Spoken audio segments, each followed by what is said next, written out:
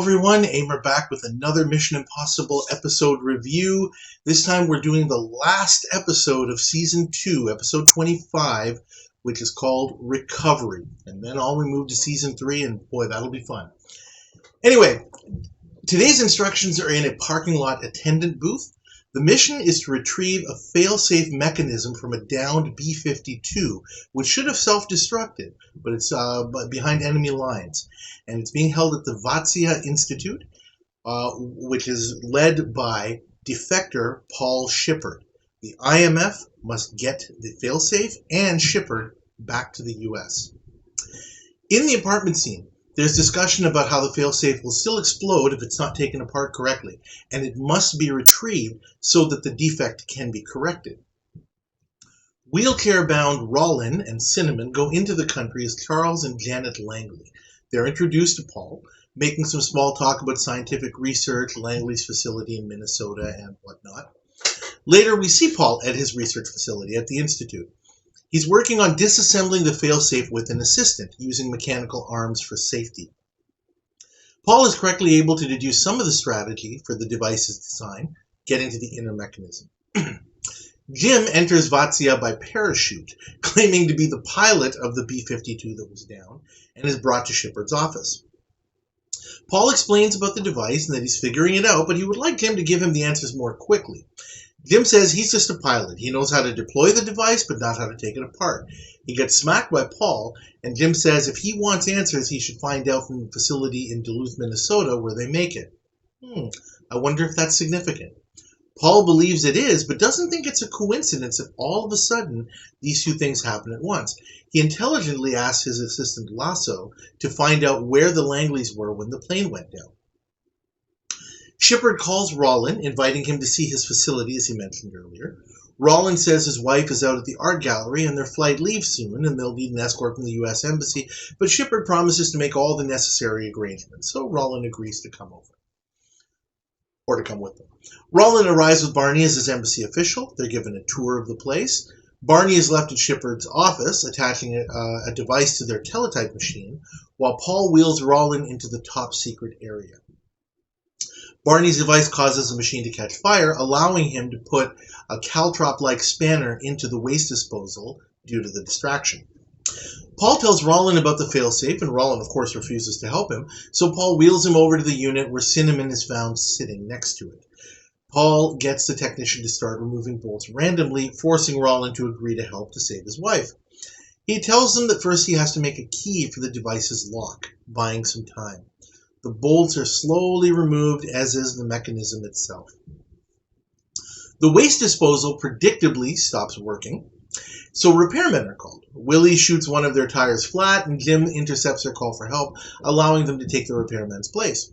Jim gets into the disposal chute, removing the spanner, and placing a magnet and speaker on the side of it. He climbs up the chute, calling down to Willie through the speaker to hand him tools to fix the supposed problem, which attach nicely to the magnet that he placed there. Nice touch. Jim puts a small wire through the chute opening near Cinnamon as a signal, and she relays to Rollin that it's time. Rollin has a heart attack, and they rush to the infirmary, allowing Jim to get out of the chute and get to the failsafe.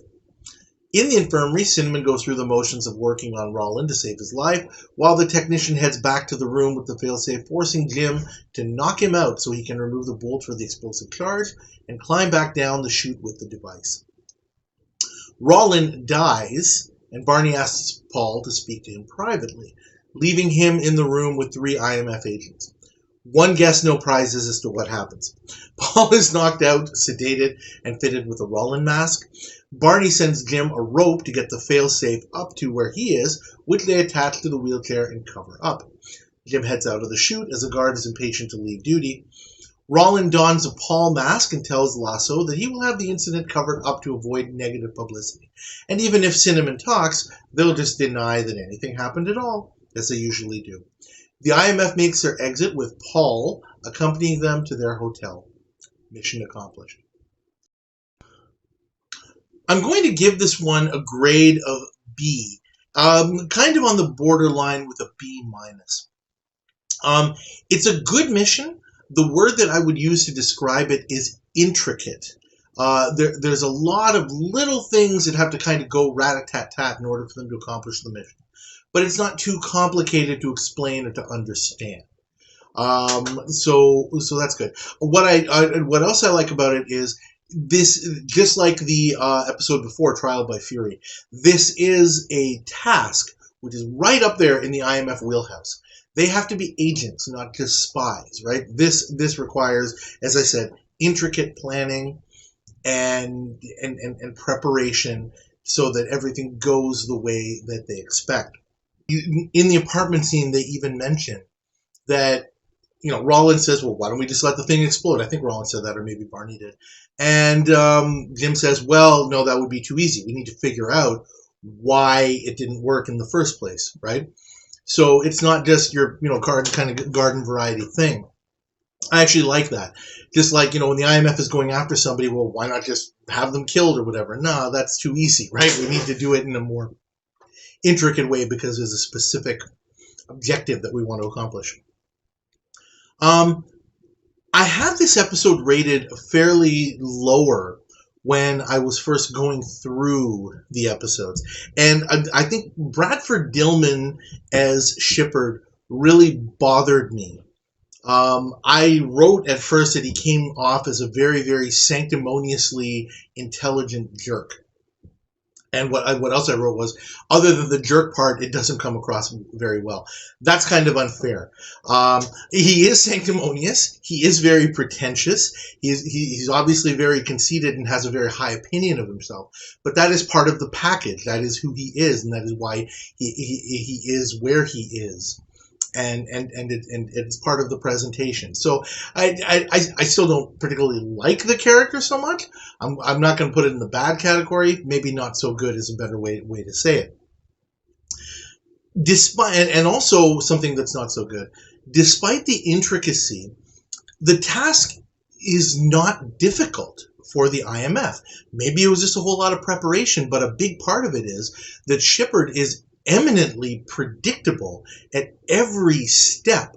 Like they know exactly what he's going to do and the way that he thinks and the way that he's going to react to whatever they're going to throw at him. That's the feeling that I get when I'm watching this episode back, and that's why I can't put it quite up, way up at the top. The team does earn their win, but it's not like they're going. Shippard's a very intelligent man, but I think he's lacking a little bit of wisdom, and he can't kind of see the way that he's being played here. One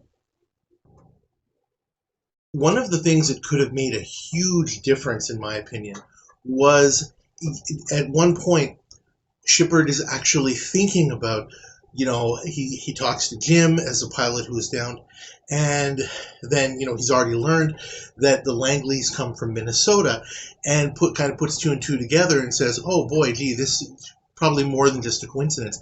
And he actually asks Lasso, his assistant, to look into that and say, hey, where were the Langleys when all of this happened? To kind of get an idea of whether he's kind of being set up or manipulated a little bit. But nothing ever comes of that, right? I would like to think that maybe there was a cut scene or something like that where Lasso actually finds something out, or at least, the IMF has kind of covered their tracks in that regard, and to kind of push that forward. It would have made Shippard seem a lot wiser, I think, and it would have added something, I think, definitely to the presentation there. So that would have just been a really, really simple thing they could have done. Something else weird I noticed, I'm not saying that this is good or bad, but I don't know why Bradford Dillman is constantly adjusting his glasses. He's always got his finger on his glasses like this, or like this, or whatever. Almost every time we see him. I don't know whether that's kind of just, again, part of the presentation, or maybe Bradford Dillman is just uncomfortable with glasses. I really, really don't know. But that was just kind of weird. Like, why is he doing that? And there's another thing that just kind of bugged me a little bit. But maybe that's just me. Anyway, that's it for this one, and that wraps up Season 2 as well. Thank you again for watching. Always appreciate it. Please like this video, please subscribe to my channel, and please leave your comments. I'd love to hear what you have to say. Thank you again, and I'll see you next time for Season 3.